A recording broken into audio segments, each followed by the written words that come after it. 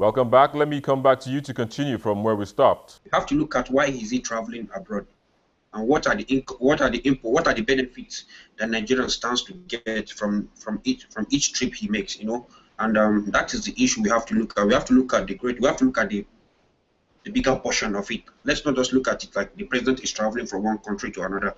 But all this trip that he has been traveling, what are the importance? What kind of benefit will it bring to us as a nation? Well, he's gone to China recently to sign some, secure some loan for us to develop our infrastructure. Well, it's a good one. Jonathan did the same thing, and that resulted to the railway constructions that we are seeing as a result of Jonathan's trip to China one time he made. So, and Buhari has also gone again.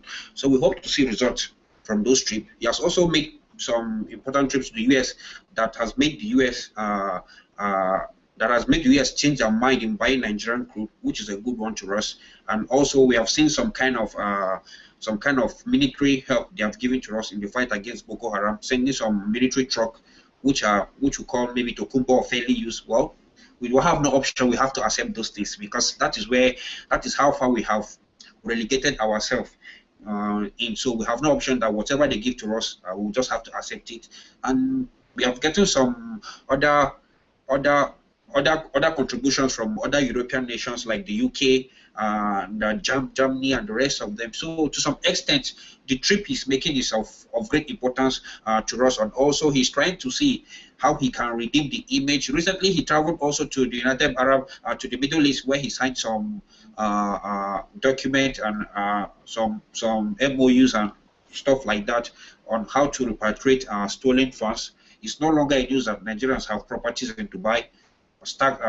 Billions of dollars is in the bank. It's now a safe haven for us, for our Nigerian elites to bank in their stolen proceed, to keep their stolen proceed, buy expensive houses and all that.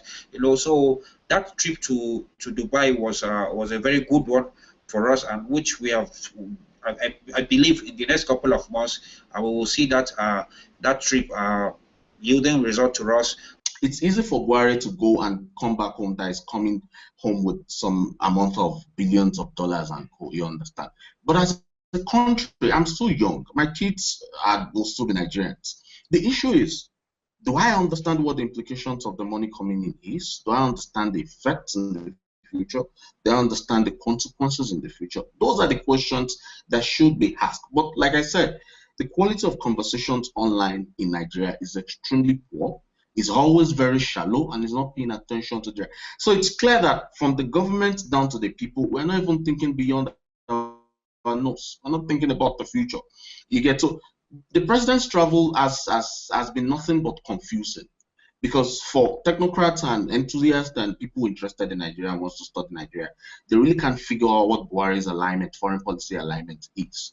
Then when it comes to the treaty signing in Saudi Arabia with regards to the fight against Boko Haram, joining the IOC or something, and some other controversies that keeps coming in.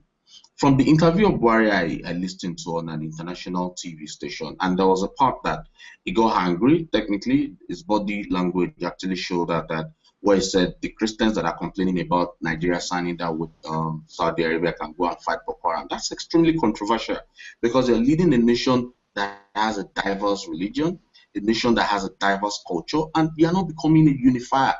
I don't against his moving from one place to another, but what I don't like hearing from him is that the kind of press statement he's making when he travels out of the country, I don't think he should be making those kind of statements, because if you have ever traveled out of Nigeria and you live in one country and the other, they don't care to know if you are from the north or you are from the south or you're from the west. What they know is that you are in Nigeria and you're carrying a Nigerian passport.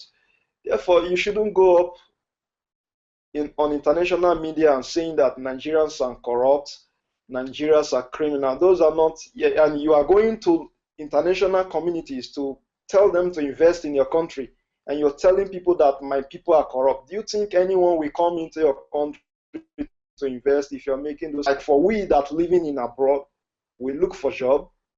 They will first of all, even a job that I can do very well, based on the fact that I'm in Nigeria, they will deprive me from doing it. And yet again, a president is coming on board to be making statement that my people are corrupt. Whenever, I believe it's in China now, very soon CNN will come up with some other news that is going to tell people about how bad Nigerians are. Apparently, when it comes to anything that has to do with the presidency, you're leading a powerful nation of about 170 million. That's still a controversial figure anyway.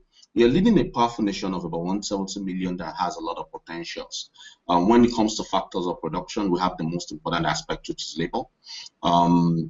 When it comes to West Africa, we're very powerful. When it comes to Sub-Saharan Africa, we're very powerful.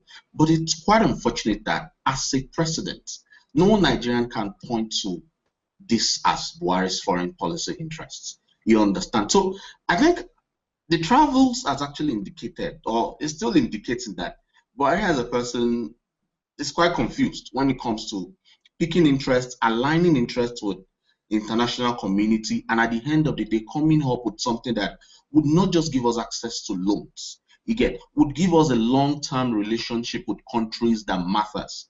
So from the travels alone, we should be able to draw out that this is the future plan Buhari has for Nigeria. This is what Buhari is pushing towards. You understand? So something that is very sustainable and clear. So you can't get a country into debt with nations that will eventually turn against Nigerians, or nations that will sort of milk Nigerians. All right, guys, it's been a pleasure having all of you on the program, but that's where we have to leave the conversation at the moment. We take a quick break and we'll be back for more analysis. Please stay with us.